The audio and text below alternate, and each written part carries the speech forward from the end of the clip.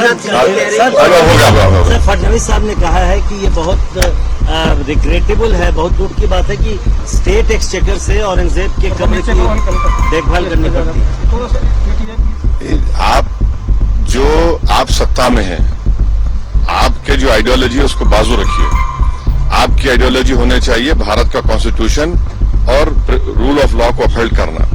6 दिसंबर 1992 को क्या हुआ और उसके बाद सुप्रीम कोर्ट ने उसको एग्रीगेस एक्ट कहा है, तो आप देख लीजिए। हुकूमत आपकी है, मंत्री आप हैं, रूल ऑफ लॉ आपको फॉलो करना है और आपको कॉन्स्टिट्यूशन के लिहाज से अपनी हुकूमत चलाना है। जिस तरीके से लॉ एंड ऑर्डर कोलैप्स हुआ है महाराष्ट्र में और देवेंद्र फडणवीस जी के होम मिनिस्टर होने के बावजूद दिखाई दे रहा है कि ये एजेंडा तहत वायलेंस हुआ है। नागपुर में जिस तरह से हो रहा है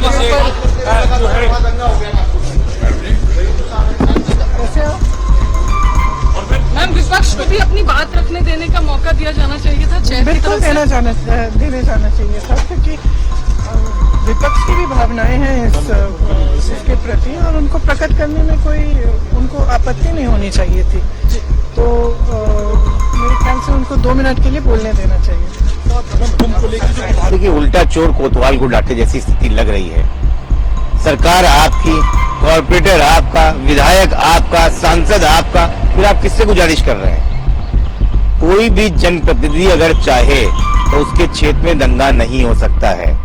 मुझे लगता है भारतीय जनता पार्टी इसको आग को भड़काना चाहती है और देश को ऐसी गंदी स्थिति में लाना चाहती है जहाँ पे हिंदू मुस्लिम के दंगे पूरे देश में चल जाए। छत्रपति शिवाजी महाराज की हम बात करते हैं तो कहते हैं उनको रहते का राजा, अकड़ा पड़ा जाति को, सब जात धर्म को साथ में लेके चलने वाला राजा, जो लोगों की हित की बात करता है। अगर किसान का लोन है तो उसको माफ करने की बात करता है, महिला सम्मान की बात करता है, महिला के प्रति आप अगर गलत नजर से देखोगे तो सवर्ण की बात करता है, आपके हाथ पैर तोड़ने की बात करता है।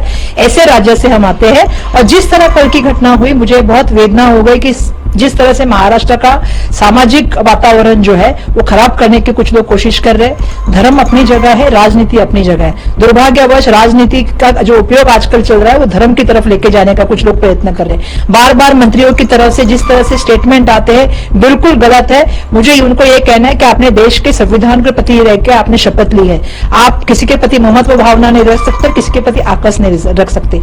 तो ऐसे समय में सभी से मेरा कहना है और मेरा माननीय मुख्यमंत्री महाराष्ट्र के देवेंद्र फडणवीस जी से कहना है कि ये जो परिस्थितियां हुई है नागपुर में हुई है, तो ये आपको सोचना होगा कि आप गृह मंत्री भी हैं और जिस तरह से ये घटनाक्रम अगर आप देखोगे पिछले कई दिनों से हम लोग देख रहे हैं कि एक एक स्टेटमेंट आ रहा है, तो उसको आपको रोकना होगा। जो लोग ये समाज में धर्म में राजनीति लाने का कोशिश कर रहे हैं और बार बार बेताल वक्तव्य करते हैं, उनको रोकना होगा, उनके ऊपर कार्रवाई करनी पड़ेगी।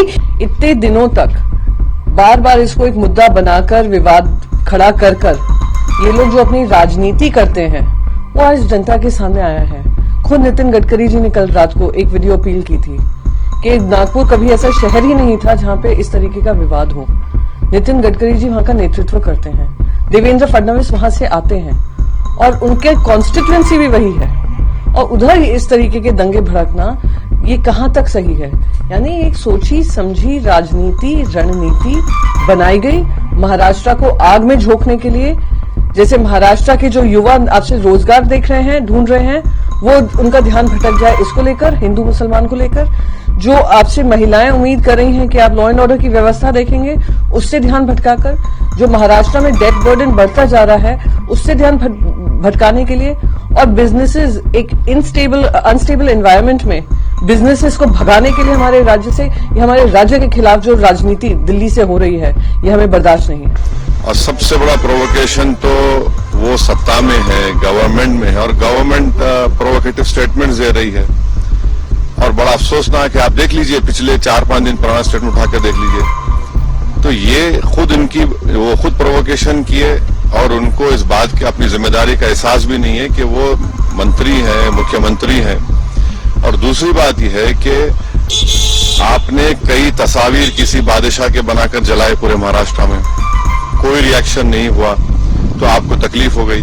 तो आपने क्या किया कि कुरान की जो आयतें हैं, जो वर्सेस हैं कुरान के, जो एक कपड़े पर लिखी जाती हैं, उसको आपने जलाया।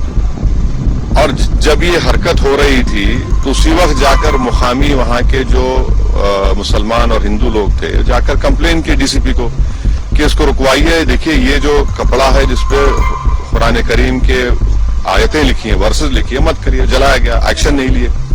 उसके बाद शाम में ये सब चीजें हुई। मैं उसका कंडेम करता हूं वायलेंस का, मगर इसको टोटल देखिए आप कि जो स्टेटमेंट्स एमिनेट हुए हैं, जो स्टेटमेंट दिए गए हैं मिनिस्टर्स की तरफ से, अभी भी दिए जा रहे हैं, भाई आप रूल ऑफ लॉ को फॉलो करिए ना।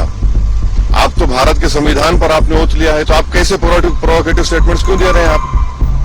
भाई मुझे किसी चीज कोई चीज पसंद नहीं है, आपको कोई चीज पसंद नहीं है, तो कोई भी अपनी नापसंद का इजहार कानून को हाथ में ले करेगा क्या? ये देखने की जरूरत है। तो ये बहुत गलत हो रहा है, सरकार की जिम्मेदारी है, ये सरकार की गलती है, इंटेलिजेंस की फेलियर है। उस जगह जहां से महाराष्ट्र के मुख्यमंत्री आते हैं, और ये जो वायलेंस हुआ है हमारे केंद्र मंत्री के घर के करीब है पूरा, ये बड़ी गलत बात हो रही है। देवेंद्र फडणवीस जी से मैं कहना चाहता हूं, चुनाव के जो आपके वायदे थे क्या पूरे हुए?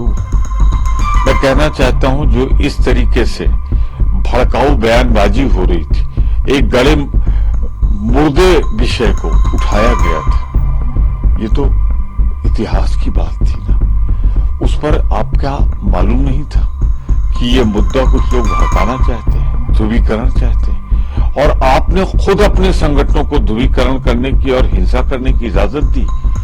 दोषी महाराष्ट्र की सरकार है, महाराष्ट्र में भाजपा और शिवसेना के नेता हैं जो सरकार चला